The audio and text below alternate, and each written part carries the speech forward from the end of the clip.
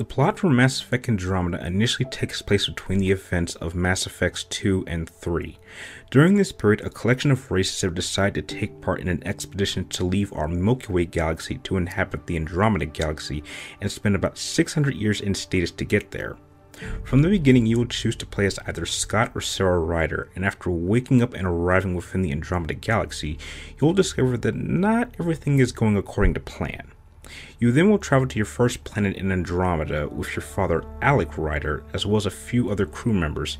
However, after some unfortunate events, your father dies and the title of Pathfinder is given to you, and it's from that point on that you must carry on the mission of traveling to the 6 original Golden Worlds and establish colonies while also fighting off the threat of the Kef from whatever evil plan they're attempting to achieve. Now, there's really 2 plots playing out throughout the course of the game.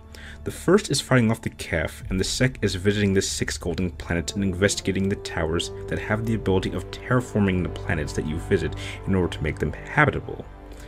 Now, the plot involving the Kef I felt was very forgettable, and the main antagonist was so cliche and one-dimensional that for most of my first 60-hour playthrough, I had completely forgotten about him. But investigating the terraforming towers and learning about the inhabitants is where most of my enjoyment came from. In terms of character development, I can honestly say that my writer really didn't stand out much, and while through your actions it could seem that they may have layers, you'll quickly discover that there's really not much to your character from beginning to end. But for the first installment of a new series of Mass Effect games in the franchise, I'm not going to hold that against it too much. Overall, while I don't think that the overall plot for Mass Effect Andromeda is lacking, you really need to spend a great deal of time playing many of the side quests to get the most out of Andromeda. In terms of the plot, it is certainly not on the same level as any of the previous installments in the original Mass Effect trilogy, but there is certainly enough potential here moving forward that could give us something just as special, but different.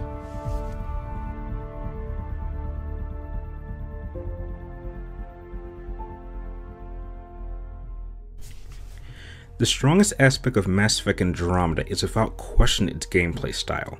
Like the previous 3 installments, this is an action RPG with a much more extensive use of exploration this time around. During combat, the player has direct control of Ryder from an over-the-shoulder perspective and now can move around the battlefield in a variety of new ways, including side-to-side, dashing, or vertical leaping into the air using a jetpack. The exploration aspect will have you travel to a collection of golden worlds that are completely open and allow you to travel just about any location on the map at any time. However, there are a number of environmental hazards like cold temperatures and radiation that may prevent you from going to specific locations, so you will need to complete specific tasks in order to make the planet habitable so you can place an outpost which will allow members of the Nexus, which happens to be this game's version of the Citadel, in order to inhabit it. Another important aspect of Mass Effect is the dialogue, and there is a lot more here than any Mass Effect game has had before. Similar to its predecessors, the player can interact with characters, both crew members and NPCs in Mass Effect Andromeda, using a circular command menu where the player's dialogue options are divided into responses based on heart, head, professional, and casual. The RPG element is also expanded upon here, this time giving you even more freedom to customize your writer any way you want at any time. From the beginning, you can choose between 6 different character classes that each have their own unique set of skills, and at any time you are free to switch out your classes without being locked to a specific one. However, if you choose to invest solely in, say, combat skills, then your writer will unlock the soldier profile, which will resort in special perks related to that specific playstyle, and experience points earned from completing missions then can be used to gain and enhance these special perks as well. You can also collect minerals that will allow you to build and customize your own weapons, along with special mods that can improve the performance of your weapons. Multiplayer for the most part plays out like a standard horde mode, allowing you to fight off waves and waves of enemies alongside 3 other players, and your rewards for completing these missions is more credits that will allow you to purchase better equipment, and the multiplayer itself is also tied into the main campaign, as you can assign strike teams to go on missions, and if successful, you can then gain more materials and special weapons for your writer to use.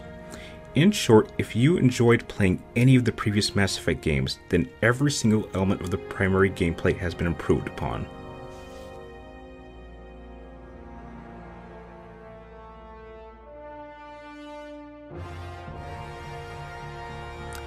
As much as I enjoyed playing Mass Effect Andromeda, this is the one department that made my first 60 hours frustrating to get through. Even with the most recent patch that seems to have only improved the eyes on the characters and some of the more embarrassing facial animations, this game is literally plagued with technical issues. Bugs, glitches, frame rate issues, slowdowns, textures on character models, invisible walls, terrible character angles during dialogue sections, crashes, long loading screens, you name it, this game's got it. It is absolutely shameful that BioWare released this game in the state it was in when it was first released, and it is going to need many patches over the coming months before this game is even close to how it should have been when it was originally released. The visuals are not even all that impressive, as one would expect. Yes, I will say that some of the planets are very beautiful to look at, but apart from that, there's really not much to see here visually. The voice acting and dialogue between characters is so bad at times that it is downright laughable, to the point where I'm not even sure whether or not this was done on purpose, making it very difficult to care about most characters that are not a part of your immediate crew on board the Tempest. The soundtrack is also very lacking and doesn't really enhance any specific moment throughout the game. It is clear that even with as much money as BioWare spent on this game, and even with the amount of time that was given to the development team, that this game was still rushed out of the door a few months too soon, and what it lacks most is heart. In their attempt to design a game that gameplay-wise is focused on enhancing the basic experience that we have enjoyed from the original Mass Effect trilogy, that they failed to thoroughly test this game out, and we all had to suffer because of it.